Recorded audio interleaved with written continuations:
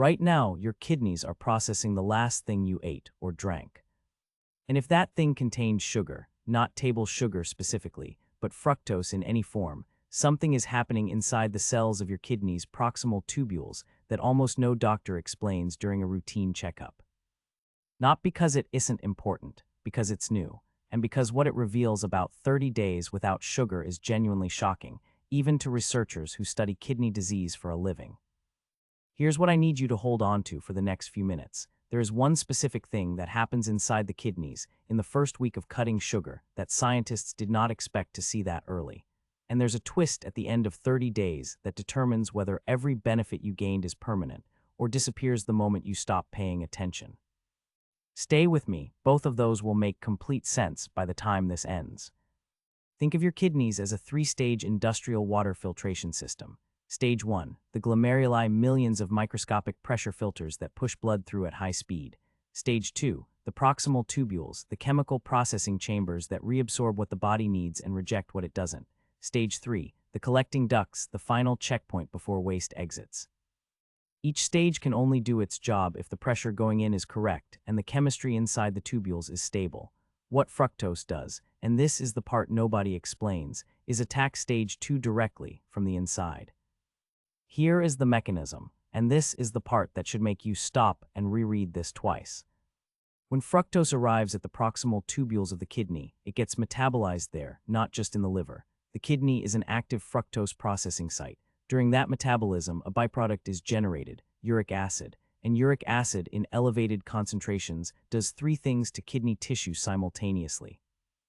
First, it activates macrophage infiltration, triggering tubulointerstitial inflammation, the slow scarring of the kidney's inner structure. Second, it suppresses akinidase in the Krebs cycle, forcing the kidney cells to switch from efficient mitochondrial respiration to glycolysis, a less efficient, more inflammatory metabolic state. Researchers published in PMC noted this is the same Warburg effect found in cancer cells, the exact same metabolic switch. Third, it activates the renin-angiotensin-aldosterone system, the RAAS, which is the same hormonal cascade that blood pressure medications are designed to block. This is the part that should stop you completely. Sugar is not raising kidney pressure through sodium. It's raising it through a completely different biochemical backdoor, one that shows zero signal on a nutrition label, one that doesn't register as high sodium, and one that most people eating healthy never suspect. And you can have completely normal blood pressure readings at the doctor's office while this is happening, because the RAAS activation from uric acid can be subclinical for years, working at the glomerular level, slowly increasing filtration pressure, slowly fibroting the tubules, while your annual labs look fine. So what happens when you stop? Week 1, days 1 through 7. The first thing that changes is the uric acid load. Without dietary fructose arriving at the proximal tubules, the uric acid generation drops within days. Research by Nguyen, Choi, Lustig, and HSU published in the Journal of Pediatrics demonstrated a clear association between sugar-sweetened beverage consumption, serum uric acid, and blood pressure, and the mechanism runs in both directions.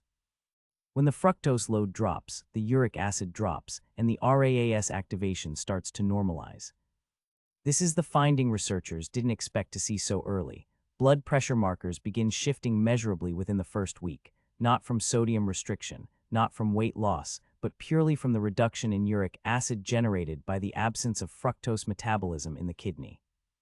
Your kidney isn't just filtering better. The internal pressure at the glomerular level is dropping because the chemical signal that was forcing it to stay elevated has been removed.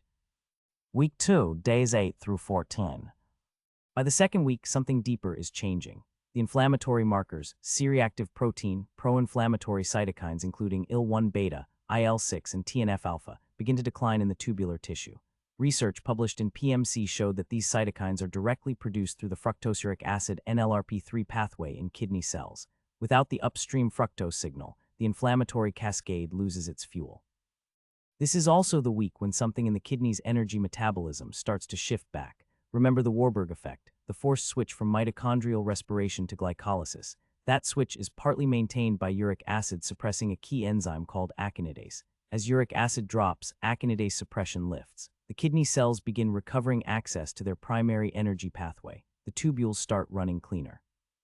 The glomerular basement membrane, the physical filtration structure, cannot reverse structural damage in 2 weeks, but the inflammatory and biochemical environment maintaining that damage is changing. Week 3, days 15 through 21. By week 3, the blood pressure normalization that began in week 1 is now measurable in a clinical context. Multiple studies confirm that uric acid lowering therapy, whether pharmacological or dietary, produces significant blood pressure improvement. The kidney is no longer receiving the constant RAAS activation signal that was keeping glomerular pressure artificially elevated. What this means practically, the kidneys are now filtering blood at a pressure that is closer to what they were designed to sustain, not at the hyperfiltration pressure that fructose-induced RAAS activation was forcing on them. And here is what nobody says out loud about this. Hyperfiltration sounds like a good thing. It isn't. The glomeruli are designed for a specific pressure range. When fructose-induced RAAS forces that pressure up, the filter works harder in the short term and scars faster in the long term. Sustained hyperfiltration is one of the primary mechanisms by which kidney function declines over years. Week 3 without sugar is the first time in years that many people's kidneys are filtering at the pressure they were designed to sustain. Week 4, days 22 through 30. By week 4, the metabolic environment inside the kidney has shifted significantly. Inflammation is lower, uric acid is lower, RAAS activation is lower. The proximal tubule cells are running on their preferred energy pathway. The glomerular pressure is at a healthier baseline. Here is what some clinical trials on uric acid lowering therapy have found. Reducing uric acid through medical intervention improved eGFR, the primary measure of kidney filtration capacity, by measurable margins over periods of months. The dietary removal of the primary fructose source is not a medication, and the timeline is different, but the mechanistic pathway is the same. The kidney has more recovery capacity than most people are told during a standard checkup. Now the twist, the one thing that determines whether this lasts. Most people who quit sugar replace soda with fruit juice, replace candy with honey, replace processed snacks with agave-sweetened products, replace dessert with dried fruit. All of those contain fructose, not added fructose, natural fructose, but the kidney's proximal tubule does not distinguish between fructose from a soda and fructose from apple juice. The metabolism is identical. The uric acid byproduct is identical. The RAAS activation is identical. If you spend 30 days cutting sugar but replacing it with fruit juice, honey, or agave, your kidneys receive almost no benefit. The source changes. The molecule arriving at the proximal tubule does not. This is why research on sugar-reduced diets shows inconsistent results. The participants who see consistent kidney benefit are those who reduced fructose specifically, not those who replaced sugar with alternatives that deliver the same molecule through a different wrapper. What does the kidney benefit from? Whole fruit, which contains fructose but also fiber that slows absorption and reduces the peak fructose load arriving at the kidney.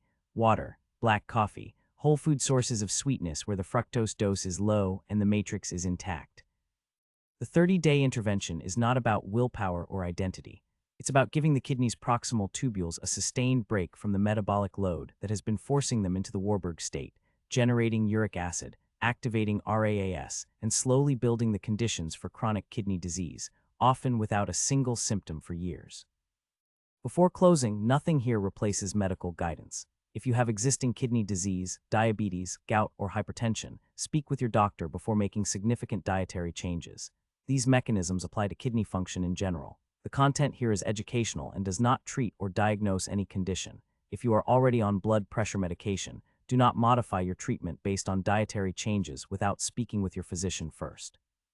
The 3 things that actually matter from this video.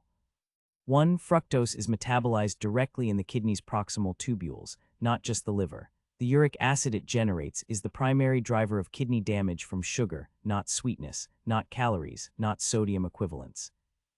2. The RAAS activation from uric acid means sugar has been elevating your kidney filtration pressure through a backdoor mechanism that doesn't show up on sodium counts or basic annual blood panels. 3. What you replace sugar with matters as much as removing sugar.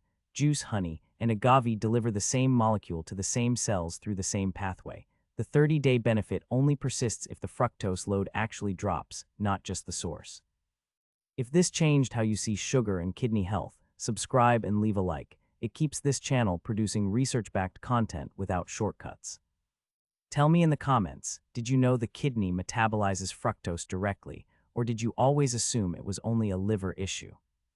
Next video, what happens to your liver during those same 30 days, and why the organ that takes the first hit isn't the one suffering the most long-term damage.